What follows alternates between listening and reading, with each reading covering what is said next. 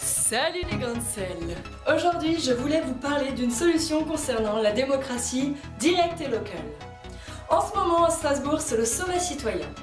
Le but étant pour la collectivité d'inciter l'ensemble des citoyens et des citoyennes à réfléchir et à construire le nouveau pacte de la démocratie locale. Celle-ci étant largement tournée vers la démocratie directe. Mais avant d'en parler, faudrait savoir ce que c'est.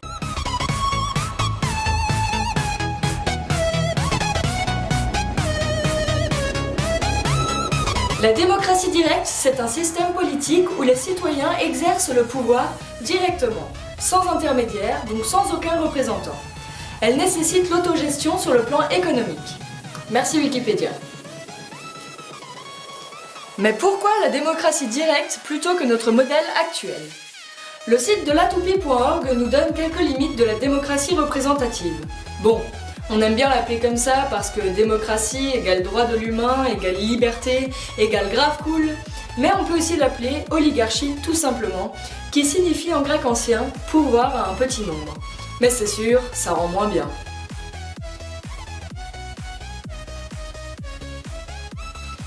Donc on disait, l'oligarchie est largement remise en question dans le monde, notamment pour les raisons qui suivent. Insuffisance de la représentativité. En effet, la composition socio-professionnelle des élus est souvent très éloignée de celle du corps électoral, autant au niveau des revenus, de l'instruction, de la classe sociale, de l'origine culturelle, du sexe, etc. On le remarque bien souvent lorsqu'on se rend compte qu'il est très difficile de faire avancer l'égalité entre tous les individus et que les lois sont rarement en faveur des individus discriminés. Quelques exemples, les personnes racisées, les femmes et le milieu populaire sont largement sous-représentés. Vous avez les liens d'études juste là, en description. Les intérêts des élus ne coïncidant pas nécessairement avec ceux des électeurs. J'irai même plus loin. Les élus représentent avant tout leurs intérêts et en même temps qui les empêcherait de le faire. Ce qui explique la limite suivante, concentration des pouvoirs qui favorise la corruption, influences diverses de grandes entreprises, des banques, etc.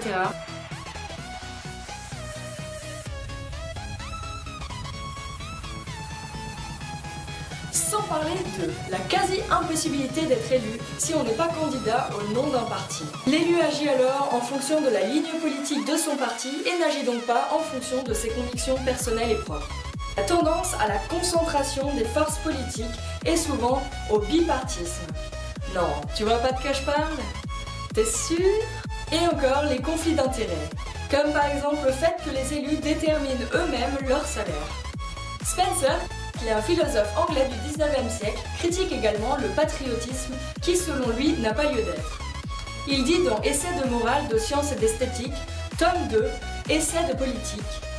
Ici en Angleterre, presque tout le monde croit fermement que notre méthode de rédaction et d'exécution des lois possède toutes les vertus. Blablabla.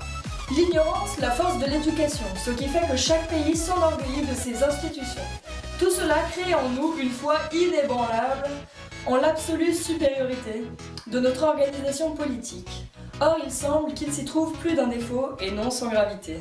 Il rappelle également que les électeurs et les électrices votent en fonction des pensées d'un candidat, et non pas en fonction de ses jugements ou de ses connaissances. Et en l'occurrence, parfois même, ils votent en fonction de la tête. Bonjour.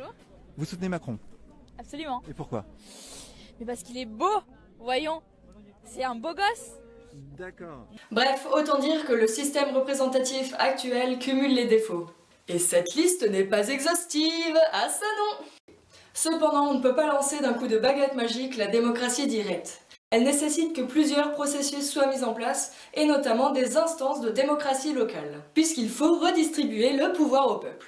Donc, le sommet citoyen de Strasbourg est une bonne initiative en faveur de la démocratie locale. Ah, tu sais toujours pas ce que c'est? N'as-tu pas vu toutes ces pancartes et ces affiches qui en faisaient la promotion? Non, tu sors pas de chez toi, l'ami. Pour en revenir au sommet citoyen, l'initiative a été lancée dans le cadre de la Semaine européenne pour la démocratie locale qui se déroulera du 9 au 14 octobre. Je disais donc, le but est de construire ensemble le nouveau pacte de la démocratie locale. C'est elle qui déterminera le pouvoir et l'implication des citoyens et des citoyennes de Strasbourg dans la future démocratie locale. Ce pacte concernera autant les habitants et les habitantes que les élus qui s'engageront à le respecter. Les sujets sont donc abordés pour mener à bien cette mission, comme par exemple budget participatif, quand la collectivité met à disposition des citoyens et des citoyennes un budget. Quel modèle souhaitons-nous pour Strasbourg? Ou encore le vivre ensemble à Strasbourg. En s'appuyant sur ce qui existe déjà à Strasbourg, comment renforcer encore le vivre ensemble en rassemblant un maximum les citoyens et les citoyennes. En bref, sur chaque atelier, pendant 1h30, ce sont nous, les Strasbourgeois et les Strasbourgeoises, qui décidons de l'avenir de la démocratie locale qui arrive bientôt à Strasbourg. Dans tous les cas, tu es la bienvenue dans les ateliers, tu peux t'inscrire sur le moment même si tu as la flemme et tu peux même le cacher à ton entourage, comme ça personne t'embête. Et sinon, tu peux aussi le faire bien en allant sur leur site et en t'inscrivant. Tu as également le lien en description. Sache que le sommet citoyen se déroule encore jusqu'en octobre. Donc dépêche-toi! Maintenant que la ville nous offre cette possibilité, pose-toi la question importante de qui te représente le mieux et qui représente au mieux tes intérêts.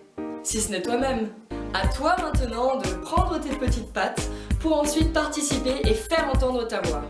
Alors file te renseigner et mets ton grain de sel. Et pour d'autres initiatives de ce genre, je t'en prie, abonne-toi. Allez, clique, c'est juste ici. Vas-y, clique. Donc là je sors de la mairie de Strasbourg. On vient de participer à un atelier du sommet citoyen de Strasbourg au sujet du budget participatif. Donc c'était vraiment super intéressant, c'était vraiment trop cool, je suis trop fière et trop contente d'y avoir participé et j'ai vraiment adoré parce qu'on était juste une vingtaine de personnes qui s'y sont intéressées pour représenter au final l'ensemble de la ville, qu'est-ce qu'on va mettre en place, etc. Et en fait vraiment il y avait une question de... Tout le monde s'intéressait vraiment aux besoins, pas seulement que lui, il avait personnellement besoin, mais se posait les questions vraiment de l'intérêt général, entre guillemets, et de ce que ça allait donner pour l'ensemble de la population de Strasbourg. Donc c'était vraiment super bien et j'ai hâte d'y retourner.